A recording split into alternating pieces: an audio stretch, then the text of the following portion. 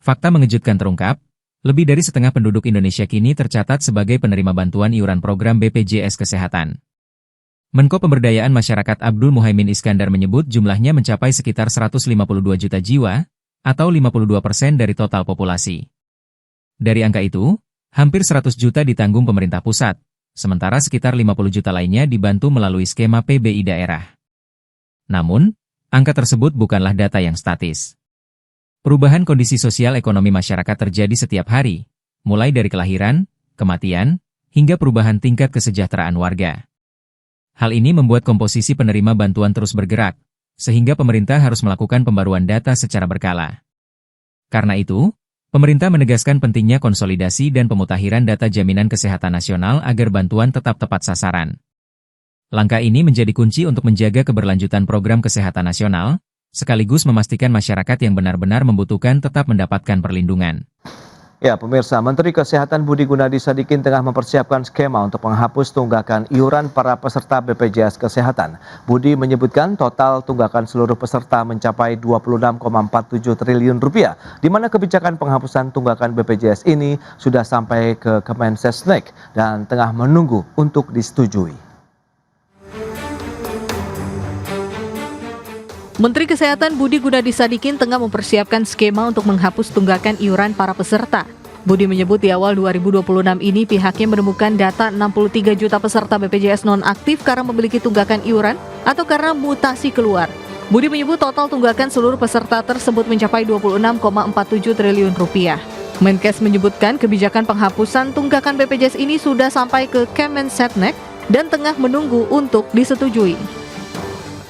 Keputusan bagusnya adalah pemerintah dan DPR ingin benar-benar melayani masyarakat agar layanan kesehatannya tidak berhenti, khususnya untuk penyakit katastrofik. Walaupun yang ramai kemarin adalah cuci darah, sebenarnya banyak layanan-layanan lain yang sifatnya katastrofik. Katastrofik ini artinya kalau kita hentikan saja, bisa sehari, seminggu, atau sebulan, itu konsekuensinya nyawa. Nah, kita sudah mengidentifikasi Kementerian Kesehatan dan BPJS yang datanya mudah-mudahan direkonsiliasi cepat dengan Kemensos ya Pak Ali Gufron ya.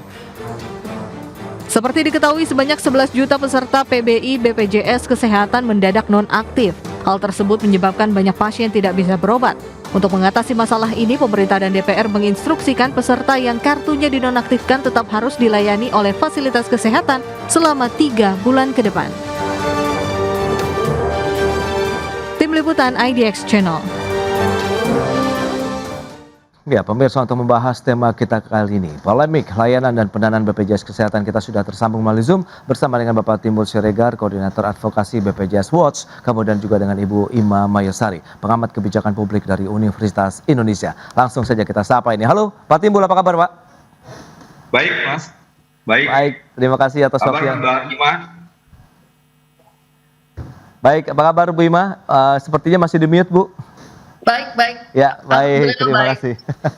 Ya, sebelum membahas lebih jauh, mungkin kita ke Ibu Ima terlebih dahulu ya, terkait dengan pemerintah yang tadi sudah disampaikan begitu tengah menyiapkan skema pemutihan ya terhadap piutang program jaminan kesehatan nasional BPJS Kesehatan yang angkanya mencapai 26,37 triliun rupiah. Nah, Anda melihat bagaimana? Apakah memang ini rencana pemutihan ini ya sudah tepat begitu dengan kebijakan yang saat ini juga tengah ditempuh oleh pemerintah, Bu Ima?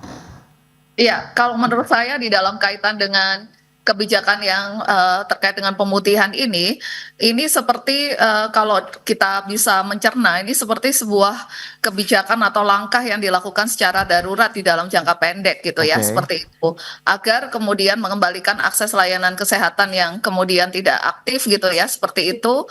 Dan kemudian tetapi ada saya melihat bahwa pemutihan ini beresiko, terutama tadi dijelaskan oleh Pak Menteri ketika ada pasien yang kemudian mengalami kompleksitas kesehatan ya seperti itu atau gagal ginjal dan lain sebagainya menjadi tidak tertangani karena tidak memiliki kartu.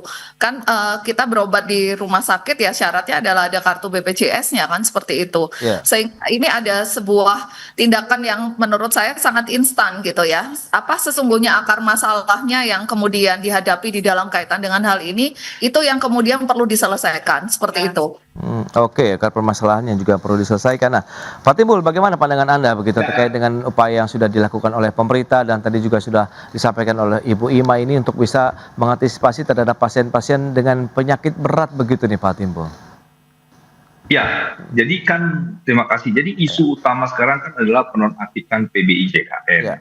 Yang memang tentunya Mensos diberikan kewenangan untuk melakukan cleansing data, pemutakhiran data berdasarkan PP 101 tahun 2012 junto PP 76 2015 yang tentunya ini memang dalam rangka untuk memastikan bahwa PBI-JKN itu hanya untuk orang miskin dan tidak mampu. Faktanya Mensos mengatakan ada 15 juta orang mampu ikut di PBI-JKN, itu inclusion error. Ada 54 juta orang miskin tidak mampu yang tidak dapat PBI-JKN, itu exclusion errornya. Nah, ini kan persoalan yang klasik bahwa sejak proses JKN dimulai 1 Januari 2014 masih terus terjadi persoalan pendataan yang tidak valid yang mengakibatkan exclusion dan inclusion error ini terjadi. Nah, kalau saya mendukung pembersihan data ini, cuma yang menjadi catatan kami adalah kenapa tidak dilakukan validasi yang lebih objektif dengan menyasar langsung ke rumah tangga. Banyak rumah tangga yang mengatakan kenapa saya desil 6, desil 7, sehingga saya dikeluarkan dari PBI. Tidak pernah kami disurvei, tidak pernah kami diberitahukan, tidak pernah kami dijelaskan. Nah, oleh sebab itu, proses pendataan itu harus valid. Makanya saya usul di revisi PP 101 itu harus dilakukan validasi yang langsung ke rumah tangga. Rumah tangga memberikan tanda terima, tanda keterangan bahwa memang sudah disurvei. Tanda tangan supaya jelas. Kalau tidak disurvei nggak boleh. Karena kan selama ini yang dilakukan tanyanya RT, tanyanya RW, tanya tokoh masyarakat. Sehingga tidak valid. Dan faktanya hari ini yang 15 mampu masuk, yang 54 juta tidak mampu tidak masuk. Yang kedua harus diberikan penjelasan. Dan yang ketiga diinformasikan bahwa kalau nanti misalnya sebulan kemudian mau dinonaktifkan, sekarang sudah diberitahu supaya masyarakat bisa melakukan peralihan kepesertaan bagi yang mampu ya untuk pindah ke mandiri dengan membayar sendiri. Tidak terjadi penonaktifan 1 detik pun. Bagi yang tidak mampu bila dinonaktifkan, dia punya hak jawab untuk tetap dijamin. Itu persoalan yang sekarang harus dilakukan oleh pemerintah. Nah, tentunya memang persoalan yang aktif, yang mampu dengan yang tidak mampu ini kan memang terjadi karena adanya tunggakan iuran yang memang menyandra peserta untuk menjadi peserta aktif. Yang dilayani siapa peserta aktif? Jadi ini kan dampak dari hadirnya Perpres 64 tahun 2020 yang menaikkan iuran di tengah bencana COVID yang sangat tinggi. 80.000 ke 150.000 kelas 1, 51.000 ke 100.000, 23.000 ke 42, walaupun memang didiskon disubsidi 7.000 menjadi 35.000. Tetapi bagi peserta mandiri ini kan karena COVID mereka nggak bisa bekerja. Tidak bekerja tidak dapat penghasilan, tidak berpenghasilan tidak bisa membayar iuran. Maka menumpuklah selama 24 bulan yang sudah berjutaan ini, serta keluarga tentunya dalam satu kakak ya, bukan untuk diri sendiri, tapi beserta. Ini yang menyebabkan menyandra mereka untuk membayar iuran bulanan. Kalau mau bayar iuran bulanan, bayar dulu tunggakan. Nah, sehingga mereka membutuhkan layanan kesehatan, mereka mengakali dengan meminta surat keterangan tidak mampu, surat keterangan miskin, RT RW kelurahan didaftarkan sehingga menjadi peserta PBI-JKN atau PBPU daerah yang iurannya dibayar oleh Pemda. Nah, inilah yang menjadi juga polemik kekisruhan sehingga terjadi exclusion error. Orang yang berhak tidak dapat, orang yang tidak berhak dapat. Nah, jadi tentunya proses penghapusan tunggakan ini menjadi sebuah urgenitas yang sangat harus dilakukan segera.